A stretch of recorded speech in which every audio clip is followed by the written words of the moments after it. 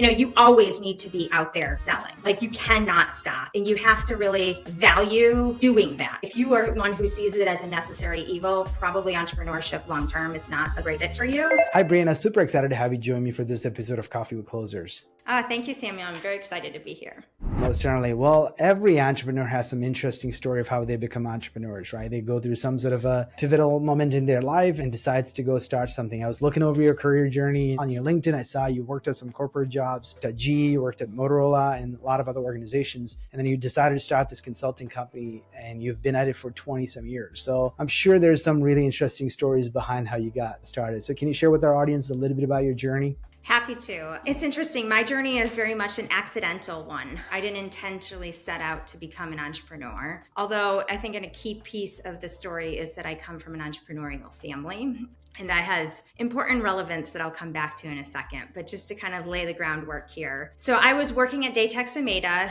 that made anesthesia machines and ventilators. I was working in a really great team there. And it was kind of a contract to hire type of situation where I'd been brought in to work on the team for a few months. If everything worked out well, I would get a full-time job. Well, a couple months into working at that position, the GE Medical purchased Daytex Omeda. And the team that I was working in was a very strategic-based team. We were looking at how to basically grow the company into new verticals. So it's very strategic, very much, kind of filled my soul, if you will. And then when GE Medical purchased them, they said, hey, we want you to become a usability specialist. And it was like, that was very tactical, especially, 20 plus years ago at this point in time. Mm-hmm. And so the idea of accepting the usability specialist position felt kind of suffocating to my spirit. Mm-hmm. And then simultaneously, my now husband, but we were dating back then, was back in Chicago. I was living up in Madison, Wisconsin at the time. But I'm originally from the East Coast. So it was kind of like, there's really no business in me staying in the Midwest if this relationship isn't going to work out. So I'm going to go back to Chicago, kind of see if I can get my life together, essentially. And if not, I'm going to move back to the East Coast. Mm-hmm. So I came back to Chicago, and within 3 weeks, ended up landing a contract position at ABN AMRO LaSalle Bank. And that kind of took the heat off. I had only about $200 in my bank account at that moment in time. So I had high needs to make money. But then, I started working that job. I started continuing to explore other full-time opportunities. And then nothing seemed to be a real great fit in the context of the interviews. And I would be very candid about the fact that, I've really enjoyed this conversation, but, this isn't a really great fit for me because of X, Y, and Z. And the people that I was interviewing with also agreed with my assessment, but I think also were taken back by the level of candor in those moments. And so what ended up happening is that they then started calling me to become a vendor of the company for a project, And so I just started getting more and more work this way. And finally, about 8 months into that journey, I found the job that had kind of like checked off on everything that I was hoping for from it. And then I came home from the interview and I was incredibly depressed. And I realized in that moment that in the 8 months that it had taken me to find that job, I had actually come to really appreciate all that I was learning and how exponentially I was growing as an entrepreneur. And so the idea of going back to only have to do my craft felt as suffocating as it did, for that usability job before. And so it was at that point that I said, all right, I am just going to accept the fact that I have a company now, start really embracing it as a company. And that was nearly 20 years ago. So we'll celebrate our 20th anniversary on September 10th. Congratulations. And you mentioned you had a little bit of that entrepreneurial background family. So you want to expand on that a little bit? Yeah, happy to. So, here I am. I'm 23 years old at this point in time. So like really young. I'm going in and I'm selling my services to large corporations. Like now how that actually even really happened, clearly it felt like this is what I was meant to do, because for how easily the doors opened, like now in my career, I'm like, how did that even happen? But it did. And so, but the important piece of it is then when I, called home and I said, hey, mom and dad, this is what I'm going to do. They didn't say, what are you crazy, Brianna? Rather that they were like, oh, that totally makes sense. Yeah, you go for it, Brianna. And then my boss at Daytex Omeda, he also was a very self-made man. And so when I came in and I said, all right, this is what I think I'm going to do, he was like, you've got this, Brianna, you can totally do this. And so all the normal where people would be like, you're 23 years old, like just go play the safe route. Nobody in my life was saying that. Everybody was just like, yeah, you can do this. And so it never even crossed my mind that I couldn't do it. It was just a matter of like, I just had to keep, opening the doors and keep kind of, going through the doors that would be open for me. Yeah, I think entrepreneurs are the ones that kind of create their own destiny a little bit, right? Like they see possibilities when other people run away, seeing challenges. And I think you're definitely one of those people who are doing interviews and realize like this isn't the path that I want to take, and you kind of wanted to create your own destiny for sure. That's pretty much an interesting story. Were there any other pivotal moment after you started in terms of how you were getting going? Yeah, there were. So there was, I mentioned that my very first contract was with ABN AMRO LaSalle Bank. And I did a number of projects for them in the first maybe 3 or 4 years at the company before they were purchased by Bank of America. And it was a really great partnership with the clients and the team that I was working with. So at one point in time, they came to me and they said, would you consider coming in full time? And I probably would have at that point in time because I really did enjoy them. And when I started out, I didn't have any intention. It wasn't like I want to be an entrepreneur. Like I wasn't necessarily defining myself as that at this moment in time. I just knew that I was growing and valuing where I was at that moment, but it wasn't necessarily this is the forever.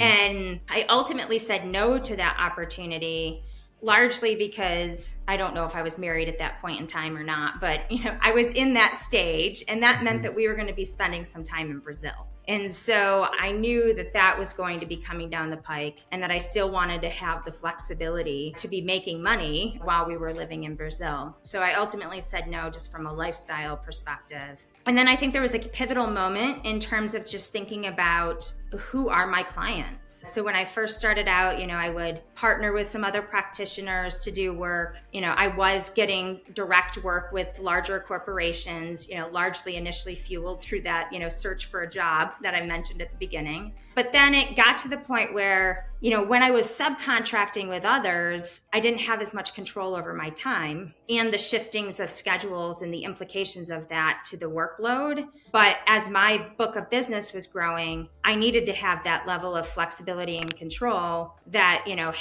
holding the client relationship would enable me. And so at some point I had to make the decision not to engage in those types of partnerships anymore and be really fully focused on more direct to client relationships. And, I still will partner with people here and there, but it's much more my strategy is going direct to the client and owning the client relationship in that process. So obviously you've had pretty, early on you had success in terms of acquiring customers. You were starting to build a book of business like you described, even with some of the partnership, and then you decided to kind of go direct to end customers. What were some of the setbacks that you faced? What were some of the other challenges that came along as you were trying to build a consulting practice? Yeah, so it was really interesting. I think probably in terms of the growth journey, if you will, we grew pretty much every year for, I don't know, probably the first maybe 7 years, if you will. I guess there was a bit of a blip when we in 2007. 2007 is when we diversified into Brazil, which is when the US went through a recession. And so the US side of the business took a big hit, but in 2008 the Brazilian side of the business actually grew, which was good. So that allowed us to stay in business, because if not, probably in 2007, 2008 we may have ended up folding if that diversification had not happened. But up to that point, and then from 2009 until about 2014, 15, we kind of grew consistently every year. And then in 2014, 15, we shrunk to 50% of what we were the previous year. And it was a really challenging time because it was like, what is going on? And there was a lot of things going on. The market was changing, but there was a lot that was going on with me personally, I think. That was a big contributor of it. So I had a baby in 2011. And so, a couple years into that process, and the pivot moment that I had is I realized that I wasn't doing some of the key behaviors. And I'll tell you about the big aha light bulb moment for me. So I don't know, it was probably back in 2016, maybe. I had gone to like some networking event and chatting with a guy there, and he had told me about this book, The Go-Giver. And I was like, oh, that sounds like a really cool book. And he was like, yeah, I recommend it to everybody. And I was like, oh, that's interesting. I'll have to check that out. Put it on my book list. But you know how those go, right? Mm-hmm. Like you put it there, you may never actually take action on it. But then, so this is like on like a Thursday or a Friday afternoon. On Monday morning, we always have a team meeting. And one of my team members that Monday morning comes in and hands me the Go-Giver book. She was not part of this conversation. I did not tell her about this conversation at all. But it was just like, why? And it's not like she was in a habit of giving me books frequently, mm-hmm. right? But it was like, how is it that you are giving me a book and this book specifically? Mm-hmm. And she's like, I was at a yard sale over the weekend and this woman had like 10, 12 copies of this Go-Giver book. Mm-hmm. And so I started asking her about the book and she's like, and as she's telling me about the book, I'm like, this is how Brianna lives her life. Mm-hmm. So I bought you the book. And I was like, all right, Lord, clearly I'm supposed to read this book. Mm-hmm. So I actually read the book. Mm-hmm. And it's all about the 5 principles of giving. And so 4 is about how you give of yourself. And the 5th is about being open to receive. But after I read that book, I realized that after I had my daughter, my posture towards the world around me had changed. Mm-hmm. I was not giving of myself as freely and as generously as I normally would, and not specifically not outside of my inner circle. So when it came to my family, yes. When it came to my, team members and my immediate friends, yes, but not the broader community, both personally and professionally. And so the big aha was like, oh my gosh, I have not banked enough goodwill, mm-hmm. essentially. Like, I need to change this. Like, this is not the way that I want to be living. And so at that moment in time, I decided I am going to give away 1 whole day a week. I'm just going to go downtown. Whoever wants to talk to me and wants to meet, like be at the merchandise mart, I'll travel around to them, but I'm going to go downtown 1 day a week. And that is open to just mentorship for other people, kind of being a sounding board, whatever they need, basically. Mm-hmm. And I kid you not, everything started changing. It was like almost instantaneous. Like this trend started going upwards right from that point. And it really just reoriented to me to first of all, just how I feel better in the world around mm-hmm. me, but then really reoriented me around how I need to be giving and sort of, leading with that servant leadership attitude. But that was a huge pivot point. And now we've grown every year since. So that's kind of counterintuitive, right? Like if you had a downturn in your business, you're almost immediately thinking about, I need to move into more of a sales function. I have to do prospecting. I have to go find people who can use my service. I'm not going to go spend 1 day a week wasting my time. In some sense, it might appear as if, right, you're going and, taking away your valuable billable hours to go give free consultation to people. I mean, that's got to be a big mind shift almost in some perspective. It is. And in a lot of ways, so my husband works with me. He does all the back end support functions. And at that time, he's like, you're crazy, Brianna. You cannot do this. Like, you're crazy. And not only this, but you've got, a 3-year-old at home and come on. And so it was this point of real rub between us for a long while until we started to really see the fruits of that coming back. And today I don't go downtown every 1 day a week, but I still give generously of my time to others, do a lot of mentorship with people who are, either students or sort of, kind of trying to make career moves for themselves, a lot of sounding boards for other entrepreneurs, certainly a lot of consultation with our clients, both personally and professionally with whatever they're going through. So, and this is of course on top of really nurturing and fostering the growth of my own team. Yeah, I did see on your LinkedIn too, you have a couple of advisory board roles also listed there. Yeah. So I think, going back to what you said, the growing consulting practice, you navigated some uncertainty, especially during that 2007-8 years. That's actually kind of funny that you shared that, because my brother and I started our business in 2006. We were completely naive. We did not even know anything about economic downturn. And then we found out, there's there's a thing called an economic downturn, and it's not really the best time to start a business. But that's I guess ignorance is sometimes bliss. But I think you said you had diversified at the time because you actually had a business operation in Brazil that helped you. But obviously, there's been a couple of other turns, right? Like you had that 2015 experience, and then almost all of us actually had to deal with some sort of an uncertainty during 2020.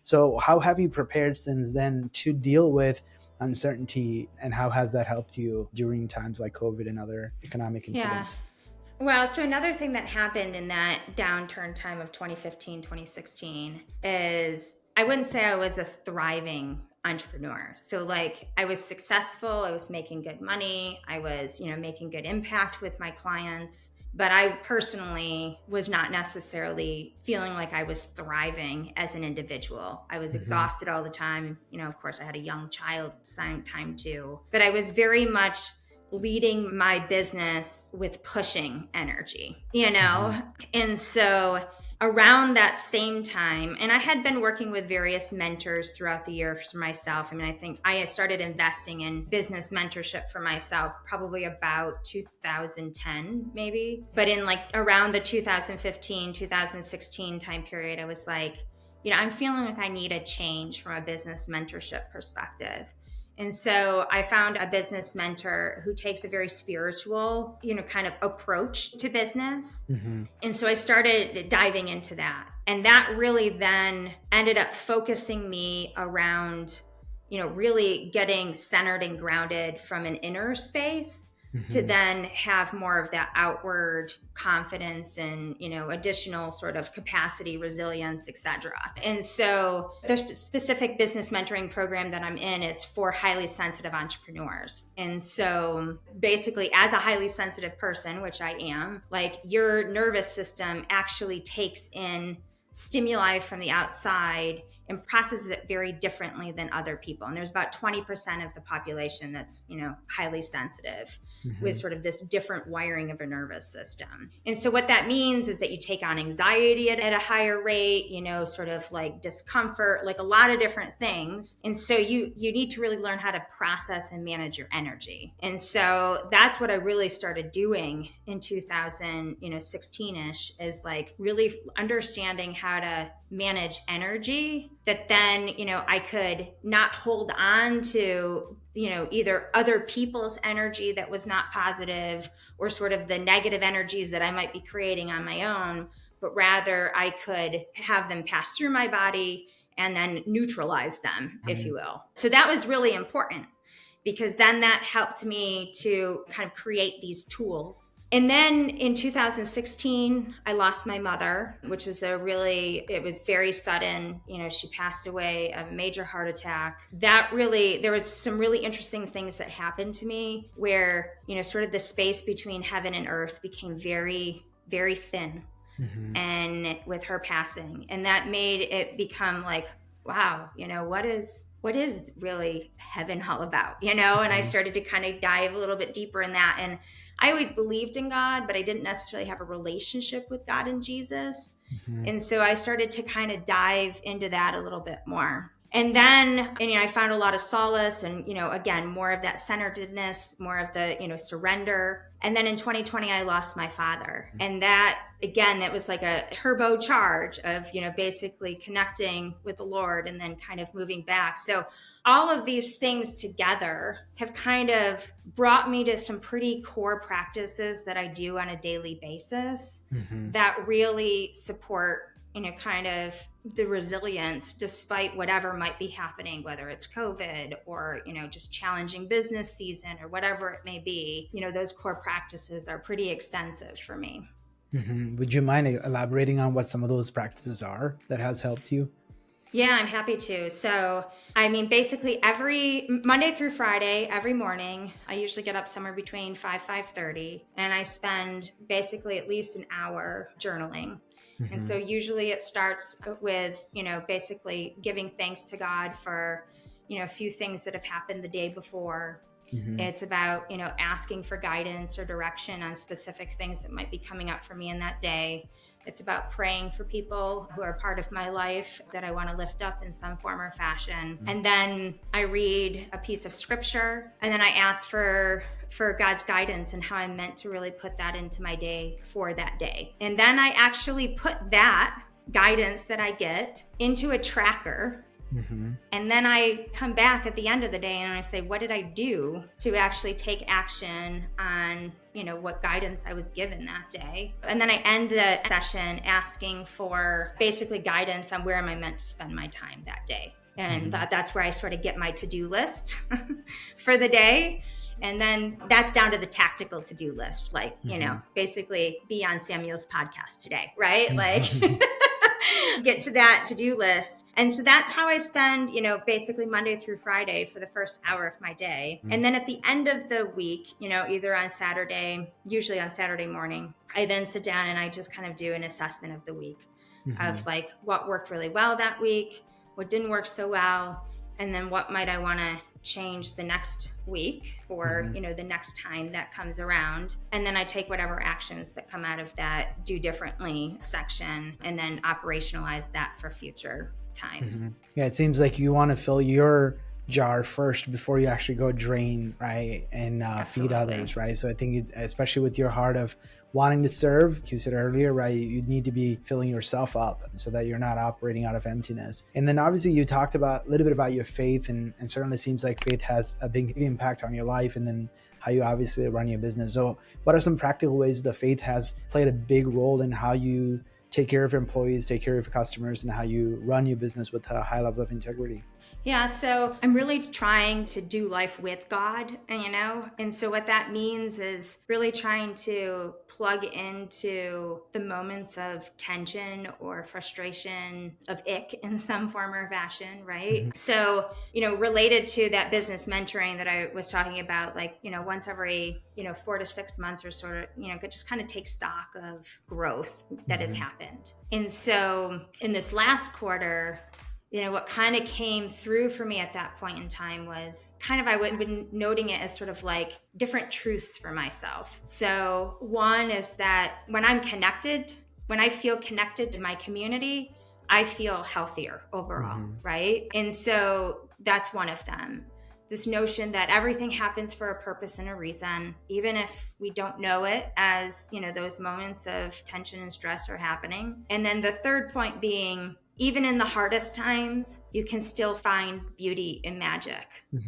And so with that recollection, then what I've started to do is that when I feel those moments of, despair, or those moments of, I'm not sure what to do, or I'm frustrated, or I'm feeling defeated in some form or fashion, like basically use those three truths. I've turned them into three questions that then I go into conversation with God about to say, I'd like your guidance and thoughts here, like, related to this situation, how am I meant to lean in with greater connection here? And then just see what comes through, right? And in what way, I understand that this is happening for a reason and a purpose. What guidance can you offer to me related to this? And then where am I meant to see the beauty and the magic in this situation? And, sometimes there's insight across all three of those questions. Sometimes it's only across one of those three questions. But I think I've always, in those moments, in the past, quarter or so since I've been using these questions, I always come away from those sessions not feeling as frustrated or defeated or whatever the feeling was going in. I feel more uplifted in some capacity and with a constructive next step in the process. And the reality is, our company has hired a lot to work with organizations who the projects themselves are pretty charged. They're oftentimes very there's a lot of mixed opinions related to them. There could be a lot of, sort of executive leadership eyes upon those projects. And by nature of that, there's always a lot of tension that you're navigating. Sometimes it's just the natural tension of growth. Sometimes it's, has more of a mean spirit than that, but I'm constantly dealing with tension, in that capacity. And so really being able to lean into those questions to really not get swept up into those tensions, but really try to stay centered and grounded in the midst of them, if you will. Yeah, it seems like you said you're a personality type that actually takes a lot of things personal very quickly, and you're super sensitive. And then to be off in the business where you are obviously helping people as they're dealing with internal strives and tension, it could be extremely challenging for sure. So obviously you're in this consulting space. You have Fortune 500 companies as customers. You obviously have some track record of success. You've been in business for 20 some years. So why do big organizations comes to you? Yeah, so big organizations come to us to really help them figure out what to do next. So we sit at the intersection of market research, user experience, and strategy. And Mm-hmm. sort of our best fit projects, fit within sort of those three disciplines together. And what it looks like is we support organizations to kind of look at where and how might they enhance their brand. So, what is their value proposition compared to other, similar companies in the market or similar products in the market? Or if it's a situation where maybe they have multiple SKUs of the same type of thing and they're trying to figure out, should we keep all of these in our portfolio, or should we, be slimming back in some form or fashion? The second area is really around filling innovation pipelines. So it's, looking at what is the next gen product that you put into the market, or maybe developing a wholly new product that doesn't exist today. We also support organizations to really think about what's the sustainable, process of innovation for their organization, and then really supporting leaders, cross-functional leaders across an organization to really gain alignment around, what actions of growth they're going to be taking. Mm-hmm.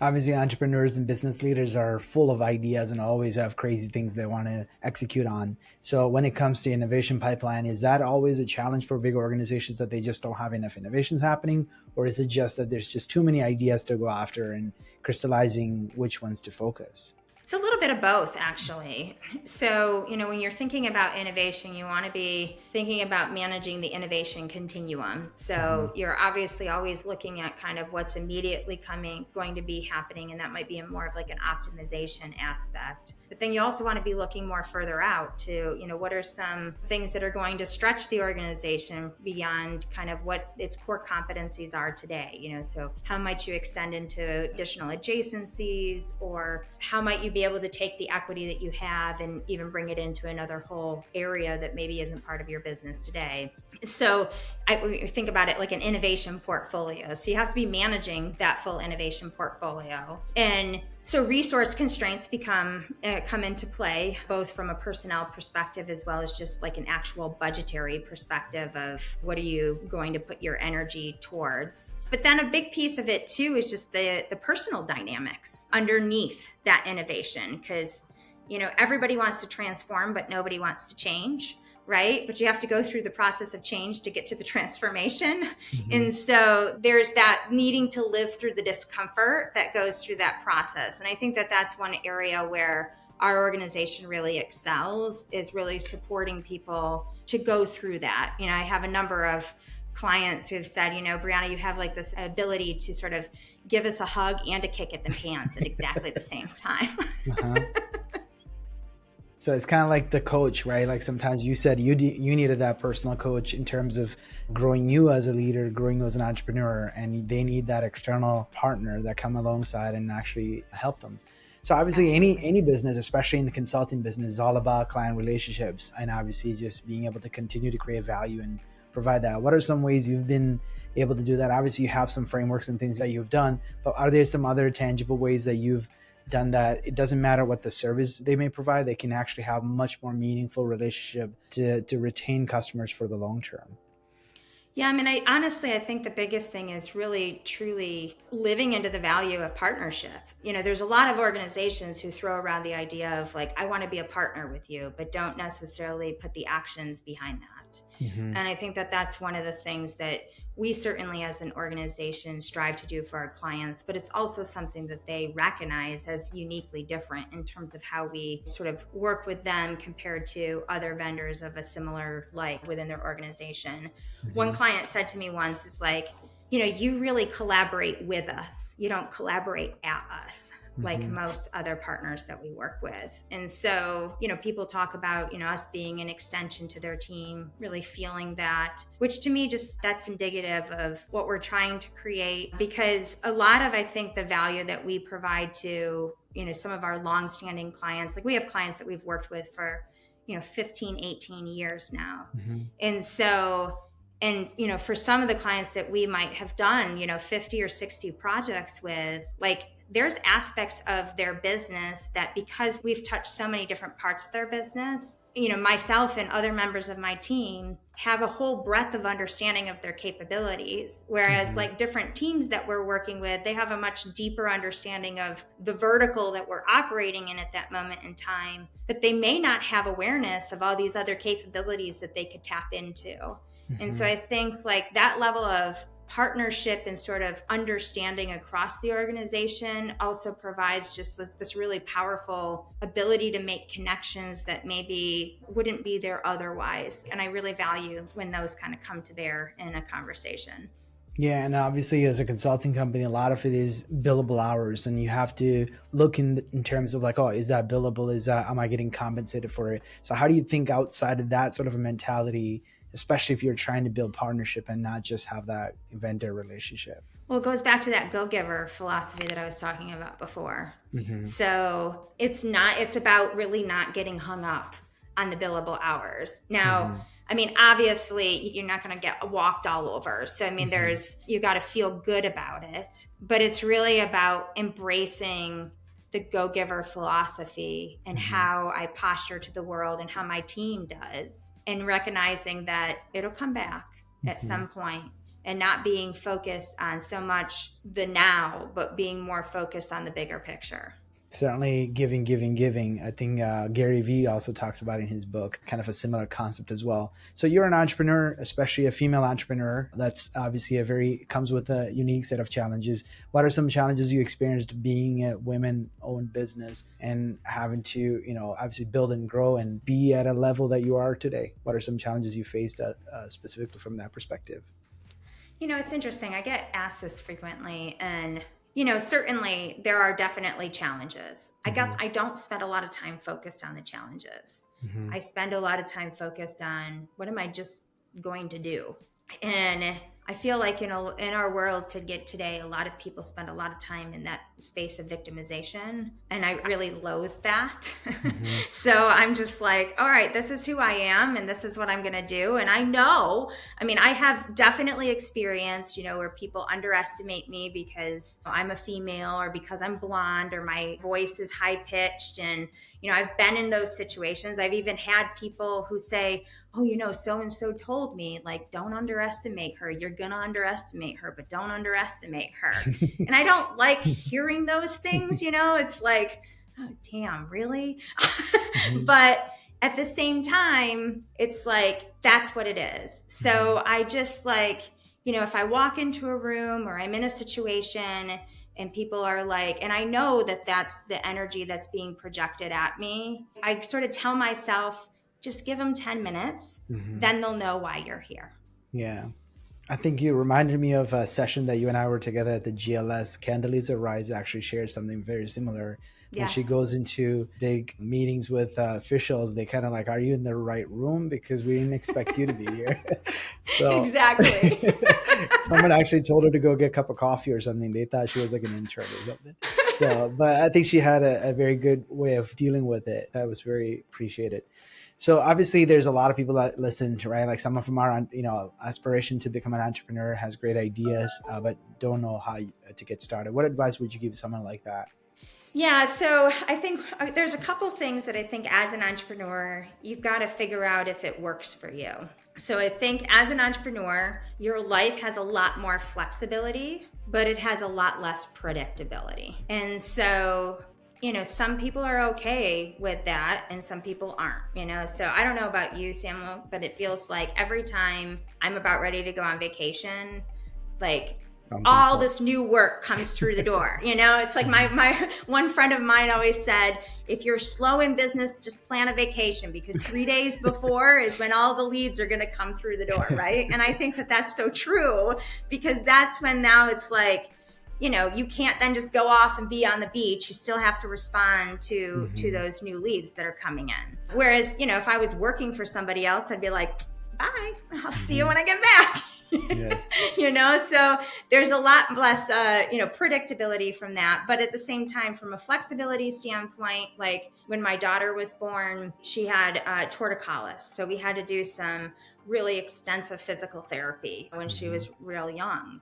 And it meant that I was away from the office a fair amount during the day to be able to be part of that physical therapy. If I worked for somebody else at that point in time, that probably would have made a dent in my career pathway. But because of, being in business for myself, it didn't really have an impact. I could just work later. I just, client just knew I wasn't available for them, but they in their mind thought I was available for 5 other clients, it just sort of made me more valuable, if you will, right? So I think the predictability versus flexibility is a piece of it. And then I think, you always need to be out there selling.